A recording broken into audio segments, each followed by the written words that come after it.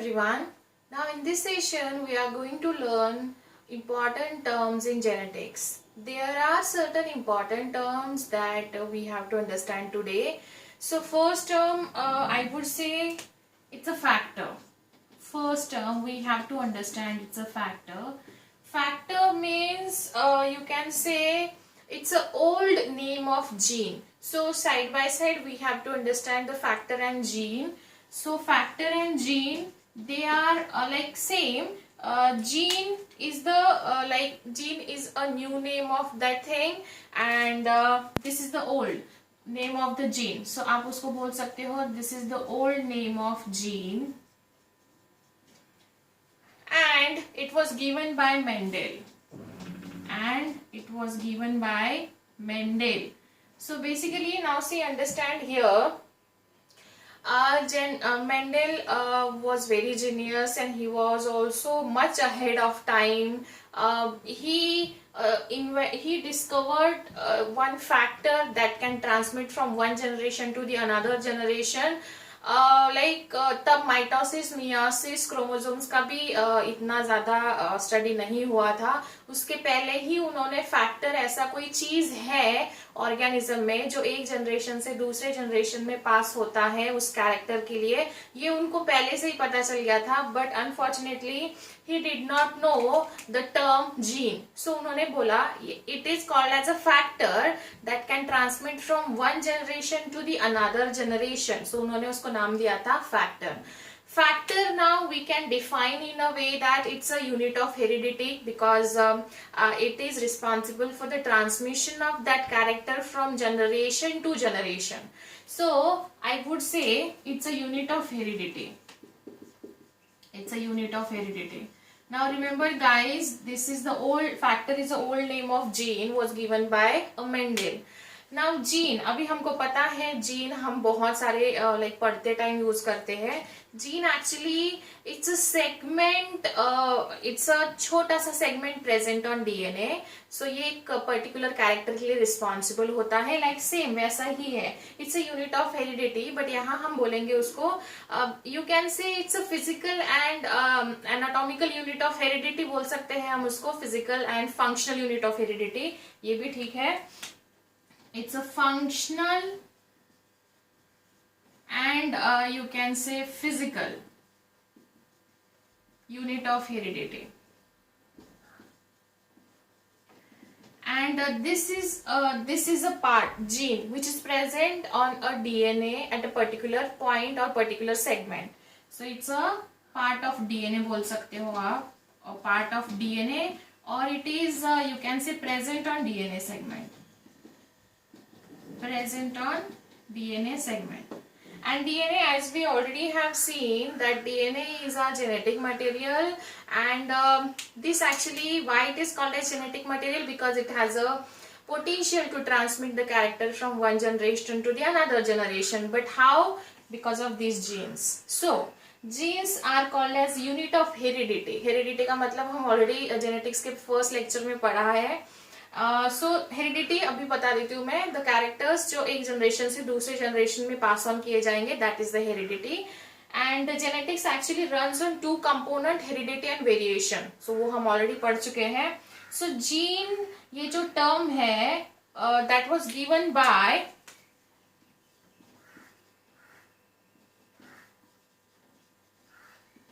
Johnson. ठीक है, Johannsen ने ये टर्म लाया था gene. Basically gene and factor one and the same thing, दोनों सेम ही है, बट आपको अंडरस्टैंड करना है. Factor was given by Mendel and gene was given by Johnson. So आपको ये दो चीजें याद रखनी है. कंफ्यूजन क्रिएट मत करिए. एग्जाम में अगर क्वेश्चन आया तो आपको ऐसे ही डील करना है उसके साथ. चलो, तो ये दो चीजें हैं जो कि आपकी आई होप क्लियर होगी. ना आप मेरे साथ आपके नोटबुक में टर्म्स लिखते चलिए, इंपॉर्टेंट टर्म्स. अगर if you understand these important terms, then and then only you can able to understand the genetics. So remember guys, make a notes with me. Now next would be gene and factor होने के बाद will see the character.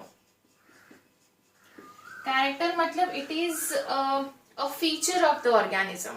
सो आप इसको लिख सकते हो, It is a feature of organism. Like for example, it can be a tall, it can be a dwarf, right? So this is the feature जो हम लोग उसको बाहर से भी ऑब्जर्व कर सकते हैं, जो वो हो गया character.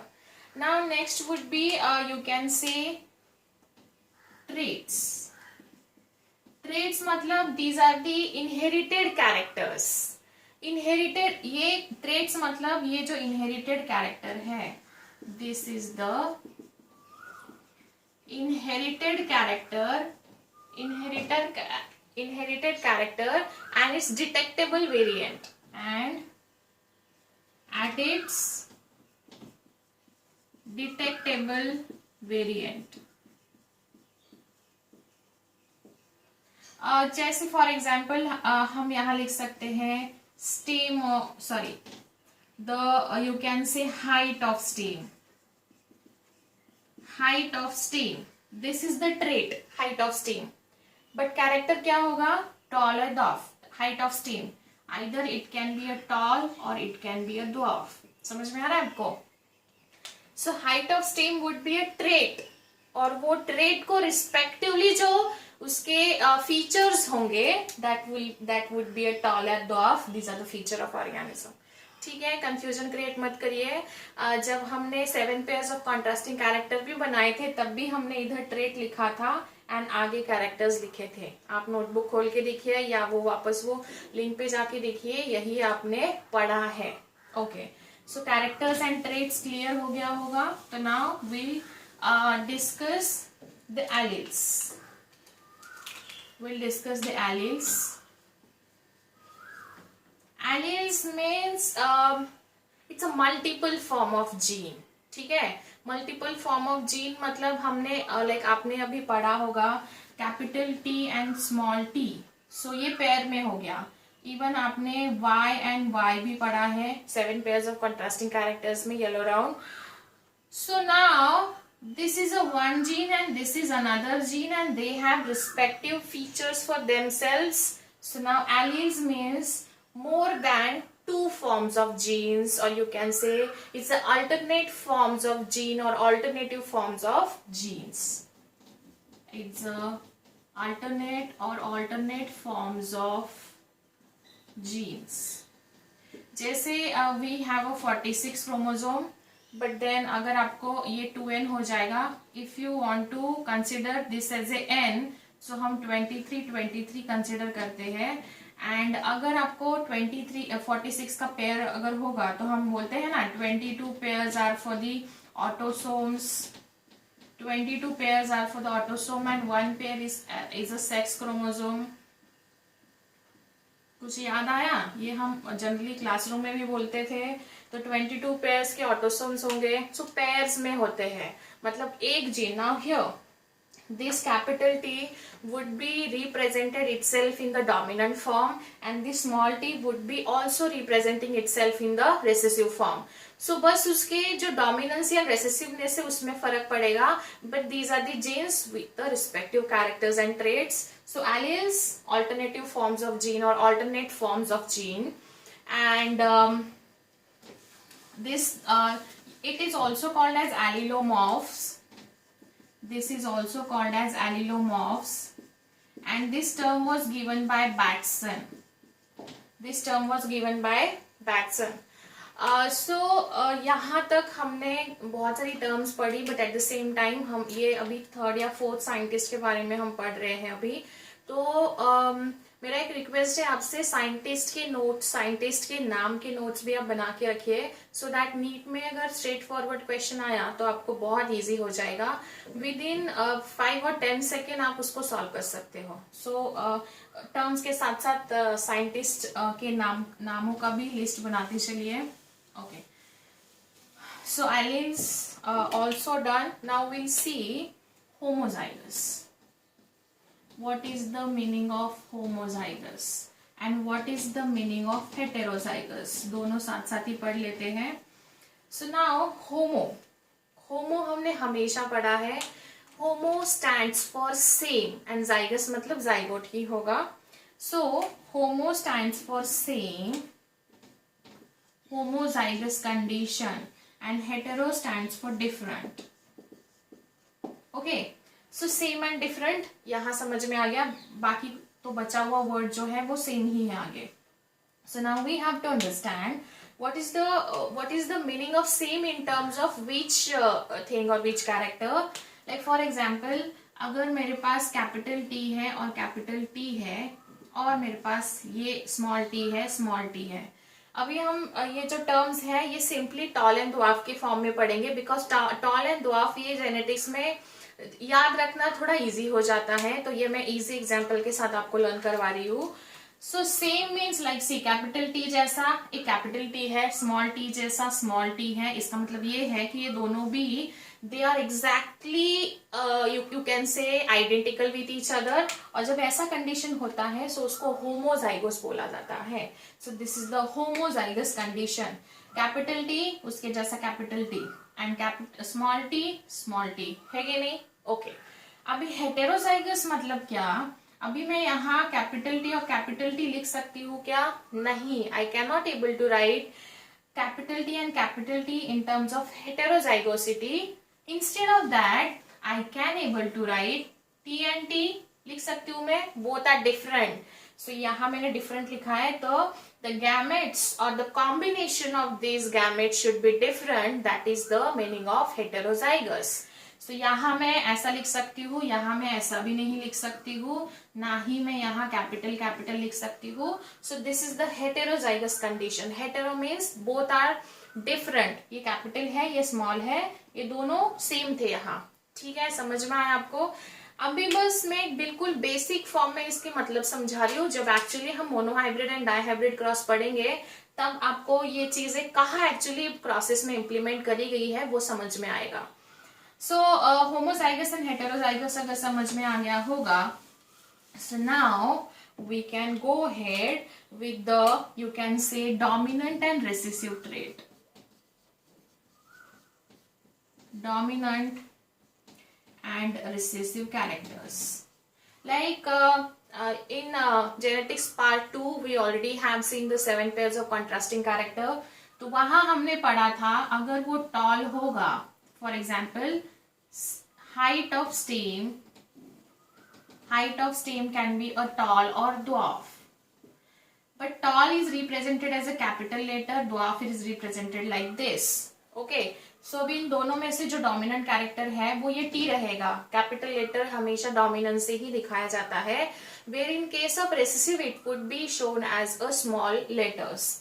So this is the dominant, this T and this T. When we combine this T and this T, चलो अभी इसको कंबाइन कर लेते हैं. अगर आपको दोनों का कॉम्बिनेशन ये मिलेगा तो ये जो जनरेशन रहेगा that is always be a toll रहेगा. ड्वार्फ का कोई भी कैरेक्टर टॉल जो है वो रिफ्लेक्ट नहीं होने देगा. तो रिमेम्बर गाइस, जब भी कोई डोमिनेंट कैरेक्टर होगा किसी रिसेसिव के साथ तो जनरली वो डोमिनेंसी ही शो करता है. तो ये ऐसा आप कंसिडर कर सकते हो, this gene is a you can say much strong as compare to this one. सो ये उसका डोमिनेंसी बनाए रखता है ना. हम generally day to day life में भी बोलते हैं कि ये इसका डोमिनेंट नेचर है या फिर ये बहुत डोमिनेटिंग है, बोलते हैं ना हम. तो डोमिनेटिंग मतलब वो बहुत स्ट्रांग होता है और जनरली उसका पावर चलता है. सो यहाँ भी वैसे ही होता है. This T always would be dominant on this recessive character. मतलब यहाँ टी के instead of T it can be a Y और it can be you can say capital R. जो भी 7 पेयर्स ऑफ कॉन्ट्रास्टिंग कैरेक्टर में से कोई भी कैपिटल लेटर स्मॉल लेटर पे थोड़ा सा स्ट्रांग रहेगा. Now recessive means it can be like for example recessive इसी केस में अगर वो डबल डोज होगा small T and small T, उसी केस में वो उसका क्या शो कर पाएगा, उसका नेचर शो कर पाएगा. एंड यहाँ हम उसको बोल सकते हैं this is the dwarf condition बोल सकते हैं. हम उसको इस कंडीशन में भी ड्वार्फ नहीं बोल सकते हैं, ना ही उसको इस कंडीशन में ड्वार्फ बोल सकते हैं. सो this is the only condition which can be shown as a dwarf characters. समझ में आ रहा है आपको? ओके, सो डोमिनेंस मतलब क्या, इतना याद रखिए कि dominancy generally shown by capital letters in genetics and recessiveness is shown by a small letters in genetics. capital T would be strong as compared to this you can say a small t.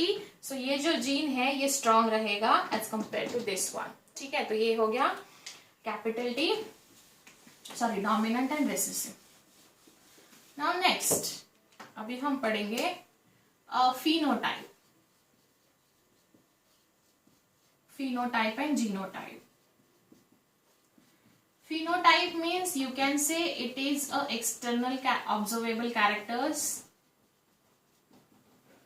External characters, or here you can say it's about the genetic constitution or genetic components in it. ठीक है. Now अभी मुझे एक चीज बताओ, external characters मतलब like for example now I have, मेरे पास ये 2 plants हैं.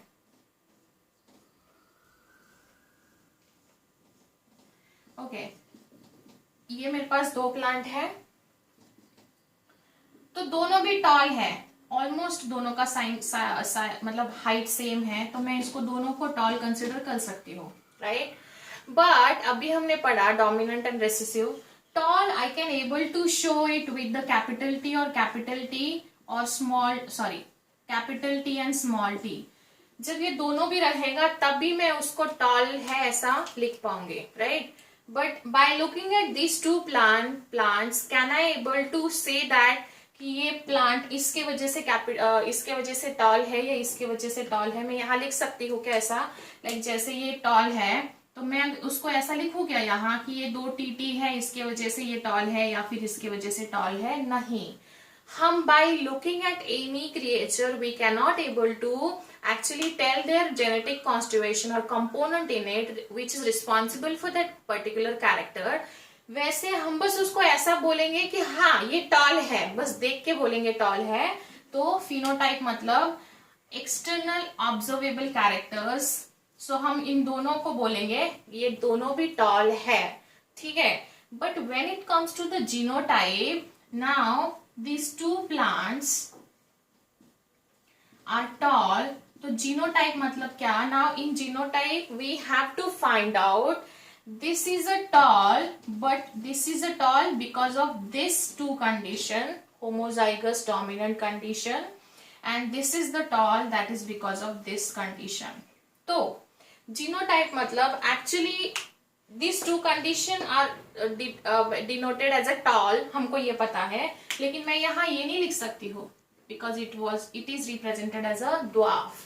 So now understand one thing, this is also represented as a tall and this is also represented as a tall. So either one of them can be here also. हम बोल सकते हैं इसके वजह से ये 2 टॉल हो सकते हैं या इसके वजह से ये 2 टॉल हो सकते हैं, या फिर ये दोनों के वजह से ये टीटी है और ये टीटी है. बट ये हमें कब पता चलेगा, जब हम उसका जीनोटाइप पढ़ेंगे. जीनोटाइप मतलब एक्चुअल उसका जेनेटिक कंपोनेंट या कॉन्स्टिट्यूशन क्या है.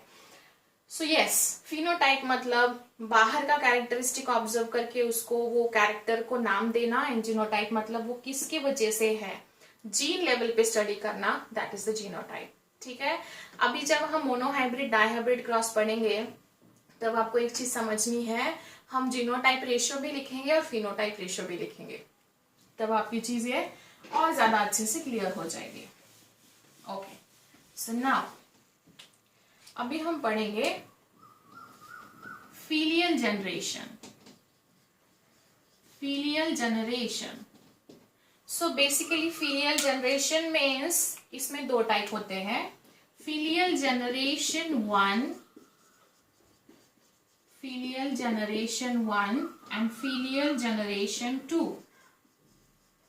and filial generation 2. Now see, filial generation means when we are crossing 2 parents and when we are getting a hybrid variety.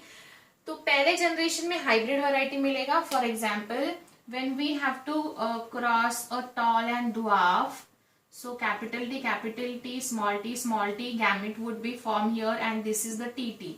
So this TT is actually the first generation of hybrid for that cross. So जो पहला हमें hybrid product मिलता है by crossing 2 parents which is called as first generation. यहाँ first generation हमको मिला, इसको हमने क्रॉस किया. Now we got these hybrid these are all tall. So this is the first filial generation. इसको बोला जाता है first filial generation, मतलब by crossing these two things, by crossing two parents in such a way that we'll get the hybrid for the first generation. This is called as you can say for F1 generation भी बोलते हैं इसको, F1 generation और first filial generation. Latin language में फिलियन को बोला जाता है सन. सो बेसिकली दो पेरेंट क्रॉस करके जब उनका ऑफस्प्रिंग प्रोड्यूस करते हैं तो उसको बोला जाता है this is the first hybrid product of cross, and this is called as F1 generation. पहली जनरेशन होती है.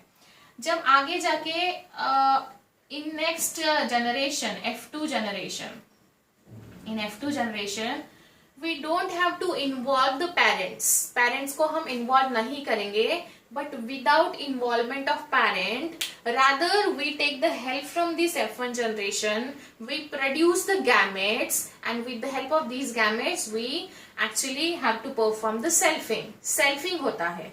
मतलब जैसे सेल्फी होता है ना, खुद का फोटो खुद खींचते हैं, वैसा अब ये गैमेट्स खुद का सेल्फिंग करेंगे, खुद का एनालाइज करेंगे, और वो गैमेट जब सेल्फिंग करेगा तब सेल्फिंग करने के बाद जो दूसरा जनरेशन मिलेगा that would be a second generation, consecutive generation. First के बाद तो सेकेंड ही मिलेगा ना, but second would be without involvement of parents, indirectly इसके गैमेट्स हम आगे फॉर्म करेंगे और उसको हम लोग F2 जनरेशन का प्रोडक्ट अज्यूम करेंगे. ठीक है. So first generation is the cross between two parents in order to get our first hybrid, and second one is the in order to, you can say this F1 is actually gets into the selfing mode and produces the F2 generation. ठीक है. Okay. So now F2 और F1 हो गया. उसके बाद तो अभी हम पढ़ेंगे that is Punnett square. Punnett square, और it is also called as checkerboard, जो हम सेकेंड जनरेशन में करने वाले हैं इन सेल्फिंग. चलो बता देती हूँ मैं. यहाँ सेल्फिंग अगर हम करेंगे तो आपने अब तक मे बी स्कूल लाइफ में अब तक कहीं ना कहीं तो पढ़ा ही होगा. ये ऐसे बॉक्सेस हम बनाते हैं और ये बॉक्सेस को इसके साथ और फिर इसके साथ यहाँ लिखना होता है लाइक टीटी, फिर ये टीटी अगेन दिस. सो ये जो बॉक्स वाला मेथड है ये इट वॉज प्रपोज्ड और discovered by the Reginald Punnett. इन्होंने वो डिस्कवर्ड किया था, इसलिए उसको पुनेट स्क्वायर बोला जाता है. अगेन ये आई गेस हमारा इस सेशन के फोर्थ साइंटिस्ट है. So again I am telling you the same thing again and again. Notes बहुत अच्छे से मेंटेन करिए. जेनेटिक्स में डायरेक्ट क्वेश्चंस भी आते हैं. जैसे एक बार क्वेश्चन आया था, how many years did he actually take to complete his experiment. कितना ईयर लगा था? 7 years. क्या था? 1856 to 1863 था. उसके बाद डायरेक्ट क्वेश्चन था कॉन्ट्रास्टिंग पेयर्स पे. आपको कॉन्ट्रास्टिंग पेयर आइडेंटिफाई करना था. तो जेनेटिक्स पे अगर डायरेक्ट क्वेश्चन आया तो बहुत इजी हो जाएगा, बट जेनेटिक्स में कॉम्प्लिकेटेड क्वेश्चंस भी आते हैं, तो आपको उसमें से भी इजी वाले क्वेश्चंस चूज करने हैं. स्मार्ट स्ट्रेटेजी आपको बहुत इंप्लीमेंट करना है नीट क्रैक करने के लिए. So Reginald Punnett was the scientist to propose this checkerboard method. Checkerboard मतलब यहाँ आप चेक कर सकते हो, यहाँ कोई गलती नहीं हो सकती है. यहाँ जो दिया है वही आपको वो यू कैन से बॉक्सेस में लिखते जाना है. यहाँ कुछ गलती नहीं हो सकती है बिकॉज वहां जो दिया है वही आगे लिखते जाना होता है आपको. सो इसलिए उसको चेकरबोर्ड मेथड भी बोला जाता है. सो पुनेट हो गया.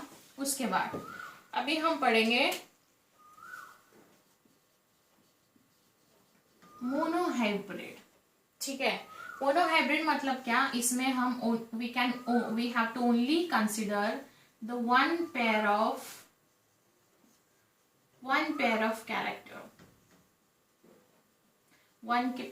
कैरेक्टर. जैसे मुझे पता है अगर मैं हाइट ऑफ स्टेम लूंगी, हाइट ऑफ स्टेम, तो either it can be a tall और ड्वार्फ.